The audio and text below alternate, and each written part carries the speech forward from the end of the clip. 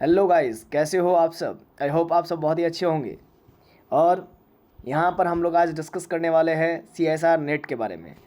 जून 2025 का जो सिलेबस है उस पर हम लोग डिस्कस कर लेते हैं, और साथ ही साथ जो बच्चे अभी फर्स्ट सेम में हैं उनके लिए भी।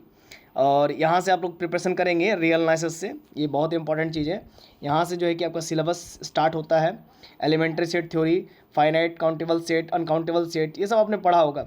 Sequence and series, convergence, limit superior, limit inferior, ठीक है, supremum, infimum, greatest lower bound, infimum, supremum, least upper bound, ठीक है।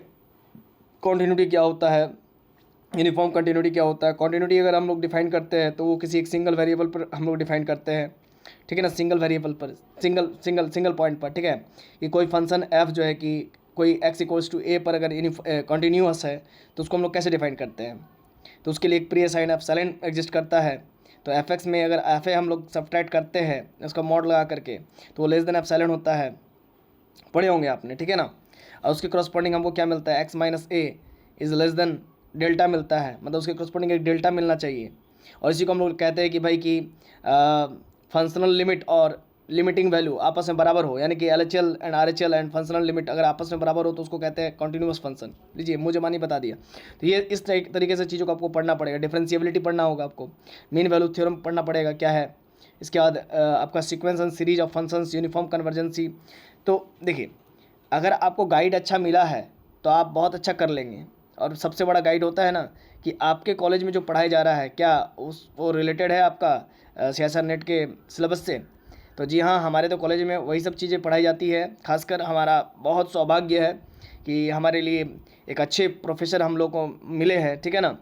और उनका नाम बताते हुए भी मुझे गर्व होता है, ठीक है ना। डॉक्टर MR बख्शी सर, ठीक है ना, वो हमारे लिए प्राण स्रोत की तरह है ना। Doctor MR Bakshi sir doctor MR Bakshi sir, है ना, उनको जितना तारीफ़ किया जाए उनका कम नहीं है, ठीक है। बहुत अच्छा पढ़ाते हैं, ठीक है। और वही एग्ज़ाम ओरिएंटेड जो देखा जाए तो जैम से ये नेट से रिलेटेड जो भी क्वेश्चंस जिस पैटर्न में पूछा जाता है, या फिर आप कह सकते हैं जिस लहजे में पढ़ाया जाता है उसी लहजे में वे पढ़ाते हैं। तो ये मुझे इतना अच्छा लगता है जिस वजह से मैं चीज़ों को कॉप अप कर पाता हूँ, ठीक है। अगर मैं इधर नेट का तैयारी कर रहा हूँ घर बैठे तो मैं कॉप अप कर पाता हूँ। और विश्वास मानिए, अगर आपको भी उनका जो है कि सानिध्य मिला हुआ होगा तो आपको बहुत मज़ा आ रहा होगा, है ना, आपके जीवन में, ठीक है। तो sequence and series of functions, uniform convergency, Riemann sums, Riemann integral, improper integral, monotonic functions, types of discontinuity, functions of bounded variations, फिर बहुत सारा टॉपिक्स है, आप लोग इसमें ध्यान देंगे, ठीक है। मतलब रियल एनालिसिस का वेटेज बहुत अच्छा है भाई, तो वो आपको करना है। और दूसरा लीनियर अलजेब्रा का, इसका भी वेटेज बहुत अच्छा है। नेक्स्ट है यूनिट 2 कॉम्प्लेक्स एनालिसिस, तो यहाँ से आप करेंगे, है ना। और इसके बाद अलजेब्रा आ जाता है, ठीक है। Permutation, combination, pigeon hole principle, ये आपने बहुत पहले भी बहुत सारा इंक्लूजन एक्सक्लूजन प्रिंसिपल वगैरह, फंडामेंटल थ्योरम ऑफ अर्थमेटिक, ये सब करना है, ठीक है। और आपको मालूम है 2 पार्ट में डिवाइड है। पहला तो जो है कि जनरल एप्टीट्यूड वाला क्वेश्चन पूछा जाएगा, और ये अधर का, ठीक है। फिर ऑर्डिनरी डिफरेंशियल इक्वेशंस, फिर पार्शियल डिफरेंशियल इक्वेशन, ये सब आप कह सकते हैं बहुत आसान है, क्योंकि ये सब न्यूमेरिकल बेस्ड क्वेश्चंस यहाँ से आते हैं। एक न्यूमेरिकल एनालिसिस भी है जिसको आपने जो कि सेम 5 में भी पढ़ा होगा, BSc सेम 5 में। तो यहाँ से चीज़ों को करना है। Calculation of variation, linear integral equations, classical mechanics. अब देखिए, ये थोड़ा सा अलग चीज़ है। क्लासिकल मैकेनिक्स ये फिजिक्स से रिलेटेड चीज़ें आती है यहाँ पर, ठीक है।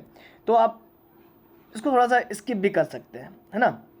अच्छा, यूनिट 4 तो आप पूरा स्किप कर दीजिए, कोई दिक्कत नहीं। स्टैट वाले लोग करते हैं इसको, ठीक है। तो अगर आप यूनिट 1, 2 और 3 को भी पकड़ के चलते हैं तो आपका निकल जाएगा। और मैं आगे आने वाले क्लासेस में बताऊंगा, ये यूनिट 1, 2, 3 में भी वही सब चीज़ें करनी है जो ज़रूरत है, ठीक है। चलिए, बहुत बहुत धन्यवाद, मिलते हैं नेक्स्ट वीडियो लेक्चर में। तब तक के लिए जोहार, जय हिंद, जय भारत।